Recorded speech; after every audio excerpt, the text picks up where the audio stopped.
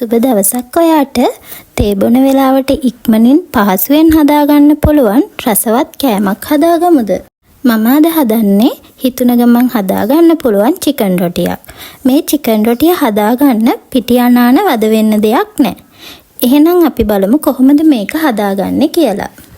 ඉතින් ඔයා අපේ channel එකට අලුත් කෙනෙක් නම් මේ වගේ රෙසිපි වීඩියෝ බලන්න channel එක subscribe කරලා එකතු වෙන්න කියලා ආදරෙන් ආරාධනා කරනවා. මුලින්ම මම pan එකක් ලිපේ තියලා ඒකට තෙල් ටිකක් එකතු කරගන්නවා. තෙල් රත් වෙනකොට හීනියට කපාගත්තු chicken ටිකක් එකතු කරගෙන හොඳින් බැද ගන්නවා. අපි රොටි එක හදාගන්න කලින් රොටි එකට අවශ්‍ය chicken ටික හදාගෙන ඉමු. chicken ටික රන්වන් පාටට හැරෙනකල් කලවම් කර කර අඩු ගින්දරේ හොඳට බැද ගන්න ඕන. අපි එකතු කරගත්තු chicken ටික මෙන්න මේ වගේ ගානට බැදීගෙන එනකොට ඒකට හීනියට කපාගත්තු සුදු ලුණු එකතු කර ගන්නවා. ඊළඟට හීනියට කපාගත්තු බී ලුණු ටිකකුත් එකතු කරලා හොඳින් කලවම් කරන ගමන් බැද ගන්න ඕන. මේ වෙලාවේදී මම ලොකු බීලුණු ගෙඩියක් හීනියට කපලා එකතු කරගත්තා.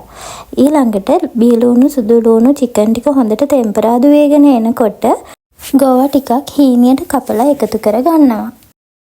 ඊළඟට ඔයාලගේ සැර අනුව ගම්මිරිස්, කෑලි මිරිස්, කහ කුඩු වගේම ලුණු කුඩුත් එකතු කරගන්නවා. ඔයාලට ගෝවා වගේම කැරට්, බෙල් පෙපර් වගේ එළවලුත් මේකට එකතු කරගන්න පුළුවන්. අන්තිමටම හීනියට ලියාගත්තු ලීක්ස් ටිකකුත් එකතු කරලා හොඳින් ටෙම්පරාදු කරගන්නවා. ඊළඟට අපි පිටි මිශ්‍රණය හදාගන්න පිටි කෝප්ප එකකට ලුණු තේ හැන්දක් එකතු කරලා මිශ්‍ර කරගන්නවා. ඊළඟට වතුර ටික ටික එකතු කරන ගමන් තරමක් උකු දියාරු මිශ්‍රණයක් හදාගන්න ඕන. මේ විදිහට විස්ක් එකක් හරි ලී හැන්දක් හරි පාවිච්චි කරන ගමන් අපේ පිටි මිශ්‍රණය කැට නැතුව හොඳින් දිය කරගන්න ඕන.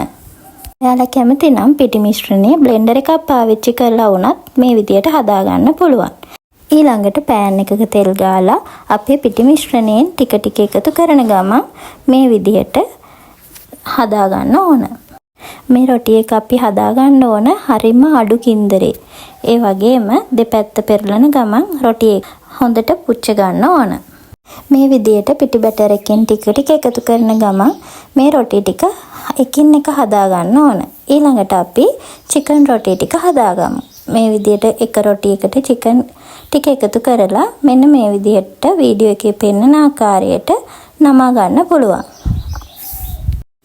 මේ රොටි ටික හදාගන්න වැඩේ පෑන් එකෙන් එළියට රොටි එක ගත්ත ගමන්ම කරගන්න ඕන. නැත්නම් රොටිය දිගෑරෙන්න බලන නිසා.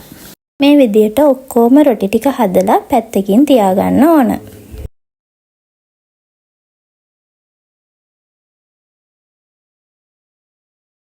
දැන් අපි chicken රොටි ටික හදාගමු.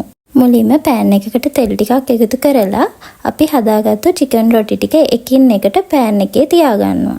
ඊළඟට ඊටමත් අඩු ගින්දරේ මේ රොටි ටික දෙපැත්ත පෙරලන ගමන් හොඳින් පුච්ච ගන්න ඕන.